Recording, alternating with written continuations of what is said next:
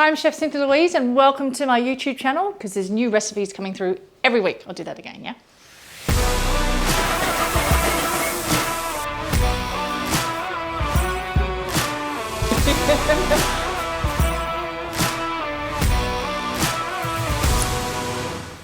Cut.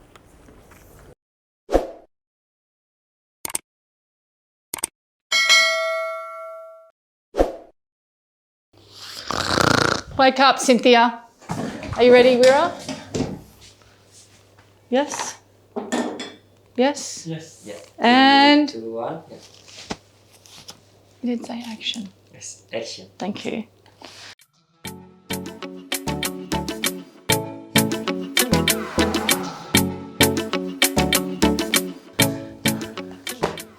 This book, this recipe. This is a fantastic default recipe when you've got people coming over and you need something sweet and you've got jam in the fridge. It is so easy.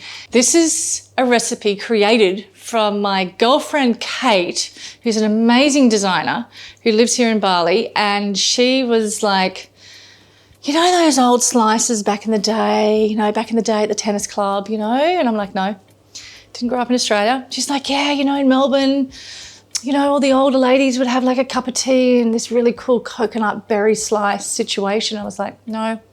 She's like, you got to make it. It's really amazing. I was like, no. Anyway, time passed and I decided to make it. And I'm so glad I did because it has been the favorite one from this entire cookbook with all my friends. It's gluten-free, it's jammy, it holds well, it keeps well, and it is the most simplest ingredients on the planet. So, almond meal, just making sure all those lumps are out. This is pure almond meal.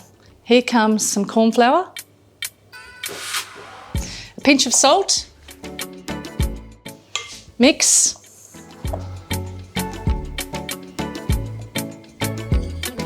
coconut oil. That's weird, isn't it? Maple syrup. Mix really well.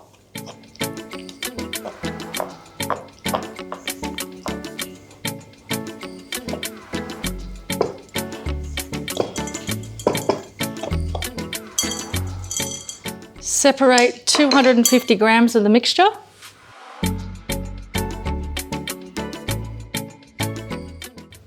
Set that aside.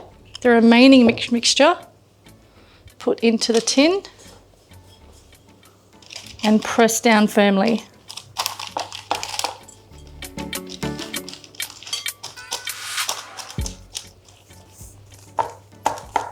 Wow, this is really working. Always amazes me when my stuff works. Get something flat and just push down so it's all even.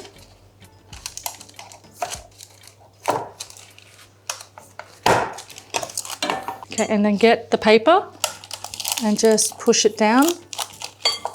Creates a nice even edge.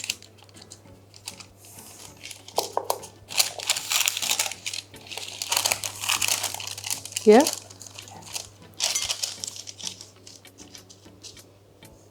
I'm going to bake this for 10 minutes.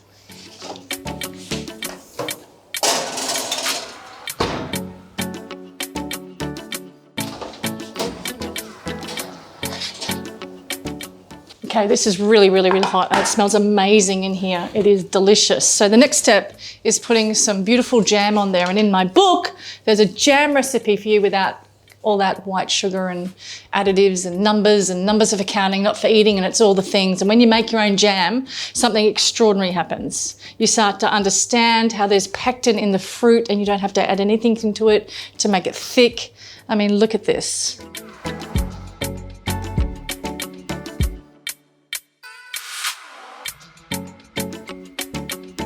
It is so thick and so lush. So be super careful because this is hot. And you're just going to add your jam evenly over this pre-cooked surface.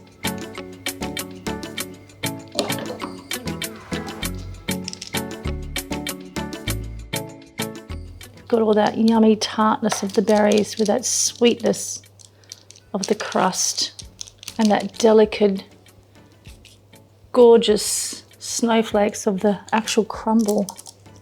All right, now you're going to get your leftover crumble mix, and just with 2 hands, and this is randomly done with good intention, sprinkling it on top. It's nice to have big chunks of it as well, just kind of, you know, layering on the little sprinkles. The more inconsistent you can be with this, the better on the size of the crumb. This would have to be the one recipe that all my friends have loved. Okay, so I'm just going to press down very gently because I don't want to squish this crumble. I want it to be kind of like popping, you know, all those different sizes of the crumb.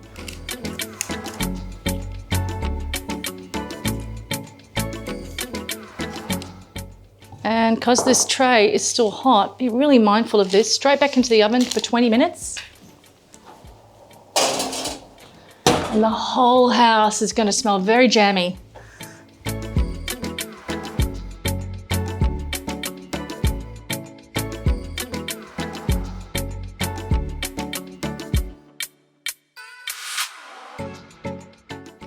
When this is completely cooled down in the tray, you can even put it in the fridge to cool down even more so it actually sets and that jam just kind of anchors in to the crumble and the base.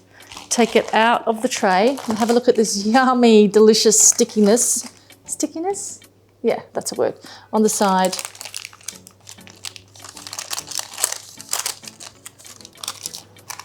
I mean, look at that. Oh my God.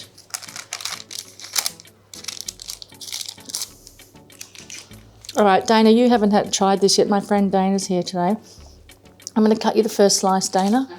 All right, mate. It's still a little bit warm, but that's okay, right? Yeah, it's absolutely. That's totally. It's like, I mean, look at it.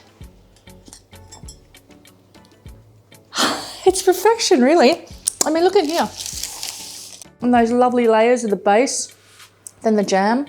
The jam can be any jam you like.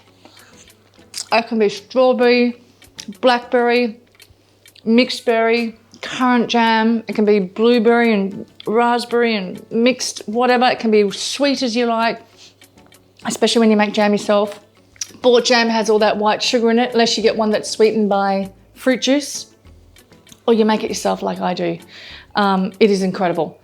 The jam recipe is in this book as well, but oh my God, it is that good. And what's really, really great about it is it holds well. And I think I said that before, right? Here, Dana, this is for you. You didn't have any last time, did you? I didn't. That jam's really tangy, by the way. It's not as sweet. Sounds like home. It does, doesn't it? And see how it's crumbling a little bit because it hasn't set properly, but it's perfect, right? It's perfect. It's divine. I'm going to read this to you, okay? This crumble slice is honour of my good mate Kate, who grew up in the country Victoria playing tennis as a young girl. Every Saturday, the tennis club ladies would put on a spread of sandwiches, drinks, and sweets for lunch and afternoon tea. Can you imagine that? Mm-hmm. The jam crumble was Kate's favourite, and it just made her wild with excitement. She reckons the recipe was probably from one of those old Woman's Weekly magazines. My version tastes just as good, with the timeless combination of flavour and homemade jam and a biscuit base. Spot on. Here's to childhood memories of growing up in the country, and here's to Kate for nagging me. She nagged. Thanks, Kate. Thanks, Kate, for nagging me to make this beauty. Love you, Kate. Oh, this is delicious. It is. It's really great, isn't it? It's actually really nice. I actually love it. Thank you. Thank you so much. No worries. I'm very